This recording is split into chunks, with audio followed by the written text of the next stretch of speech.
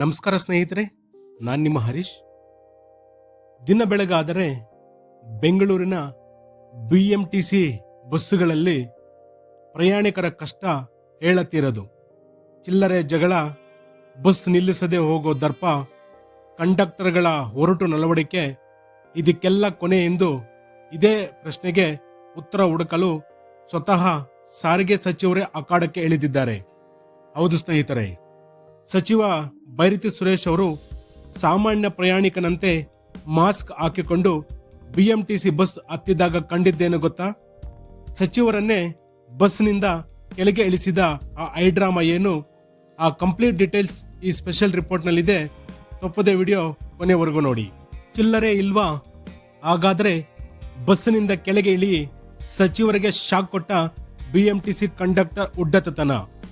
ಕೈ ತೋರಿಸಿದ್ರು ಬಸ್ ನಿಲ್ಲಿಸದೆ ಹೋದ ಚಾಲಕನಿಗೆ ಸ್ಥಳದಲ್ಲೇ ಸಸ್ಪೆಂಡ್ ಶಿಕ್ಷೆ.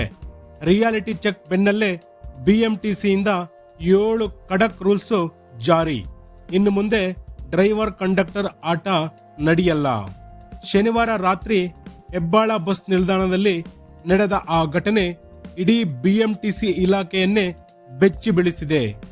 ಸಾರಿಗೆ ಸಚಿವ ಬೈರತಿ ಸುರೇಶ್ ಅವರು ಯಾವುದೇ ಸೆಕ್ಯೂರಿಟಿ ಇಲ್ಲದೆ, ಮುಖಕ್ಕೆ ಮಾಸ್ಕ್ ಧರಿಸಿ, ಸದ್ದಿಲ್ಲದೆ ಹೆಬ್ಬಾಳದ ಬಸ್ ನಿಲ್ದಾಣಕ್ಕೆ ಬಂದು ನಿಲ್ಲುತ್ತಾರೆ. ಅಲ್ಲಿಂದ ನಾಗಶೆಟ್ಟಿ ಹಳ್ಳಿಗೆ ಹೋಗುವ ಬಸ್ ಹತ್ತುತ್ತಾರೆ. ಅಲ್ಲಿಂದ ಶುರುವಾಗುತ್ತೆ ಅಸಲಿ ಕತೆ. ಬಸ್ ಹತ್ತಿದ ಸಚಿವರು ಟಿಕೆಟ್ ಪಡೆಯಲು ಕಂಡಕ್ಟರ್ ಕೈಗೆ 100 ರೂಪಾಯಿ ನೋಟ್ ನೀಡುತ್ತಾರೆ.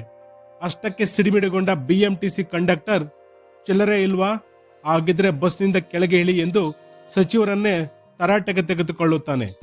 ತಾನು ರಾಜ್ಯದ ಸಾರಿಗೆ ಸಚಿವ ಅನ್ನೋದು ಆ ಕಂಡಕ್ಟರ್ಗೆ ಗೊತ್ತೇ ಇರಲಿಲ್ಲ. ಸಾಮಾನ್ಯ ಪ್ರಯಾಣಿಕರು ಪ್ರತಿದಿನ ಪಡುವ ಚಿಲ್ಲರೆ ಕಷ್ಟ ಏನು ಅನ್ನೋದು ಸಚಿವರಿಗೆ ಲೈವ್ ಆಗಿ ಅನುಭವಕ್ಕೆ ಬರುತ್ತದೆ. ತಕ್ಷಣವೇ ಸಚಿವರು ಮಾಸ್ಕ್ ತೆಗೆದು ತಮ್ಮ ಅಸಲಿ ರೂಪ ತೋರಿಸಿದಾಗ ಕಂಡಕ್ಟರ್ಗೆ ಶಾಕ್. ಮುಖವೆಲ್ಲ ಬೆವರು ನೀರಾಗಿ ಹೋಗುತ್ತದೆ. ಅಷ್ಟಕ್ಕೆ ಮುಗಿಯಲಿಲ್ಲ. ಹೆಬ್ಬಾಳದ ಮತ್ತೊಂದು ಕಡೆ ಸಾರ್ವಜನಿಕರು ಕೈ ತೋರಿಸಿದರೂ BMTC ಚಾಲಕ ಬಸ್ ನಿಲ್ಲಿಸದೆ ಆರಿಸಿಕೊಂಡು ಹೋಗುತ್ತಾನೆ. ಇದನ್ನು ಕಣ್ಣಾರೆ ಕಂಡ ಸಚಿವರು ರೊಚ್ಚಿಗೆದ್ದು ತಕ್ಷಣವೇ ಸಂಬಂಧಪಟ್ಟ ಚಾಲಕ ಮತ್ತು ನಿರ್ವಾಹಕರನ್ನ ಸ್ಥಳದಲ್ಲೇ ಅಮಾನತು ಸಸ್ಪೆಂಡ್ ಮಾಡಲು ಆದೇಶ ಹೊರಡಿಸುತ್ತಾರೆ. ಇದು ಎಲ್ಲ ಚಾಲಕರು ಮತ್ತು ಕಂಡಕ್ಟರ್ದ ಅಲ್ಲ ಸ್ನೇಹಿತರೆ. ಕೆಲವೊಂದು ಚಾಲಕರು ಮತ್ತು ಕಂಡಕ್ಟರು ಬೇಕಂತಲೇ ಸಾರ್ವಜನಿಕರ ಜೊತೆಗೆ ಬಹಳ ರೂಢ್ ಆಗಿ ವರ್ತಿಸುವಂಥದ್ದು ಸಾಮಾನ್ಯವಾಗಿ ನೋಡಬಹುದು. ಇದು ಎಲ್ಲ ಚಾಲಕರಿಗೂ ಮತ್ತು ಎಲ್ಲ ನಿರ್ವಾಹಕರಿಗೂ ಇದು ಅನ್ವಯಿಸೋದಿಲ್ಲ. ಅದರಲ್ಲೂ ಕೂಡ ಒಂದಷ್ಟು ಜನರ ಜೊತೆ ಬೆರೆತು ಪ್ರೀತಿಯಿಂದ ಮಾತನಾಡಿಸಿ ಟಿಕೆಟ್ ಕೊಡೋರು ಇದ್ದಾರೆ. ಆದರೆ ಅದರಲ್ಲಿ ಯಾರು ಇಂಥವ್ರು ಇದ್ದಾರೋ ಅವ್ರಿಗಂತೂ ಇನ್ನು ಮುಂದೆ ಶಿಕ್ಷೆ ತಪ್ಪಿದ್ದಂತೂ ಅಲ್ಲ. ಬೆಂಗಳೂರಿನ ಜನರೇ ಕೇಳಿ, ಸಚಿವರ ಈ ರಿಯಾಲಿಟಿ ಚೆಕ್ ಆದ ಬೆನ್ನಲ್ಲೇ BMTC ಮಂಡಳಿ ಎಚ್ಚೆತ್ತುಕೊಂಡಿದೆ. ಚಾಲಕರು ಮತ್ತು ನಿರ್ವಾಹಕರ ದರ್ಪಕ್ಕೆ ಬ್ರೇಕ್ ಹಾಕಲು 7 ಕಟ್ಟುನಿಟ್ಟಿನ ನಿಯಮಗಳನ್ನ ಇಂದಿನಿಂದಲೇ ಜಾರಿಗೆ ತಂದಿದೆ. ಆ 7 ಬ್ರಹ್ಮಾಸ್ತ್ರಗಳು ಅಥವಾ ನಿಯಮಗಳು ಯಾವುವು ಅನ್ನೋದನ್ನ ಇಲ್ಲಿ ನೋಡಿ. 1ನೇ ನಿಯಮ, ನಿಗದಿತ ನಿಲ್ದಾಣದಲ್ಲೇ ಬಸ್ ನಿಲ್ಲಿಸಬೇಕು. ಇನ್ನು ಮುಂದೆ ಯಾವುದೇ ಡ್ರೈವರ್ ಪ್ರಯಾಣಿಕರು ಕೈ ತೋರಿಸಿದಾಗ ಬಸ್ ನಿಲ್ಲಿಸದೆ ಹೋಗುವಂತಿಲ್ಲ. ಪ್ರತಿಯೊಂದು ಅಧಿಕೃತ ಬಸ್ ನಿಲ್ದಾಣದಲ್ಲೂ ಬಸ್ ನಿಲ್ಲಿಸಲೇಬೇಕು. ನಿಯಮ 2, ಸೌಜನ್ಯದ ವರ್ತನೆ ಕಡ್ಡಾಯ. ಪ್ರಯಾಣಿಕರು ದೇವರೆಂದು ಭಾವಿಸಬೇಕು. ಯಾವುದೇ ಕಾರಣಕ್ಕೂ ಹೊರಟಾಗೆ ಏಕವಚನದಲ್ಲಿ ಮಾತನಾಡುವಂತಿಲ್ಲ. ಸಿಬ್ಬಂದಿ ಅತ್ಯಂತ ಗೌರವದಿಂದ ವರ್ತಿಸಬೇಕು. ನಿಯಮ 3, ಚಿಲ್ಲರೆ ನೆಪದಲ್ಲಿ ಕೆಳಗೆ ಇಳಿಸುವಂತಿಲ್ಲ. ಚಿಲ್ಲರೆ ತಂದಿಲ್ಲ ಅಂದ್ರೆ ಬಸ್ ಹತ್ತಬೇಡಿ ಎನ್ನುವ ಹಾಗಿಲ್ಲ. ಚಿಲ್ಲರೆ ಇಲ್ಲ ಎಂಬ ಕಾರಣಕ್ಕೆ ಪ್ರಯಾಣಿಕರನ್ನ ಬಸ್ನಿಂದ ಕೆಳಗೆ ಇಳಿಸಿದರೆ ಕಠಿಣ ಕ್ರಮ ಗ್ಯಾರಂಟಿ ಎಂದು ಸಚಿವರು ಈಗಾಗಲೇ ಸೂಚಿಸಿದ್ದಾರೆ. ನಿಯಮ 4, UPI ಪಾವತಿಗೆ ಕಡ್ಡಾಯ ಸಹಕಾರ. ಬಸ್ನಲ್ಲಿರುವ ATM ಯಂತ್ರಗಳ ಮೂಲಕ QR ಕೋಡ್ ಸ್ಕ್ಯಾನ್ ಮಾಡಿ ಡಿಜಿಟಲ್ ಪೇಮೆಂಟ್ ಮಾಡಲು ಗ್ರಾಹಕರಿಗೆ, ಕಂಡಕ್ಟರ್ಗಳಿಗೆ ಪ್ರೋತ್ಸಾಹ ನೀಡಬೇಕು. ನಿಯಮ 5, ಮಹಿಳೆಯರ ಸುರಕ್ಷತೆಗೆ ಮೊದಲ ಆದ್ಯತೆ. ಉಚಿತ ಪ್ರಯಾಣದ ಶಕ್ತಿ ಯೋಜನೆ ಬಂದಾಗಿನಿಂದ ಮಹಿಳಾ ಪ್ರಯಾಣಿಕರ ಸಂಖ್ಯೆ ಹೆಚ್ಚಾಗಿದೆ. ಅವರಿಗೆ ಯಾವುದೇ ತಾರತಮ್ಯ ಮಾಡದೆ ಆದ್ಯತೆ ಮತ್ತು ರಕ್ಷಣೆ ನೀಡಬೇಕು. ನಿಯಮ 6, ನೈಟ್ ಶಿಫ್ಟ್ ವೇಳಾಪಟ್ಟಿ ಪಾಲನೆ. ರಾತ್ರಿಯ ವೇಳೆಯಲ್ಲಿ ಬಸ್ಸುಗಳು ಸರಿಯಾದ ಸಮಯಕ್ಕೆ ಸಂಚರಿಸಬೇಕು. ಕತ್ತಲಲ್ಲಿ ಕಾಯುವ ಸಾರ್ವಜನಿಕರಿಗೆ ಯಾವುದೇ ತೊಂದರೆಯಾಗಬಾರದು. ನಿಯಮ 7. ರೂಲ್ಸ್ ಬ್ರೇಕ್ ಮಾಡಿದರೆ ಸಸ್ಪೆಂಡ್. ಈ ಮೇಲಿನ ಯಾವುದೇ ನಿಯಮ ಉಲ್ಲಂಘಿಸಿದರೂ ಯಾವುದೇ ಮುನ್ಸೂಚನೆ ಇಲ್ಲದೆ ತಕ್ಷಣವೇ ಅಮಾನತು ಮತ್ತು ಕಠಿಣ ಇಲಾಖಾ ಕ್ರಮ ಕೈಗೊಳ್ಳಲಾಗುತ್ತದೆ ಎಂದು ಈಗಾಗಲೇ ಈ ಆದೇಶದಲ್ಲಿ ತಿಳಿಸಲಾಗಿದೆ. ಇದರಲ್ಲಿ ನೀವು ನೋಡಿದಂತೆ ಸ್ನೇಹಿತರೆ, ಈ UPI ಪಾವತಿಗೆ ಸಂಬಂಧಪಟ್ಟಂತೆ ನಿಮ್ಮ ಜೊತೆ ಒಂದು ವಿಚಾರವನ್ನು ಹಂಚಿಕೊಳ್ಳಬೇಕಾಗಿದೆ.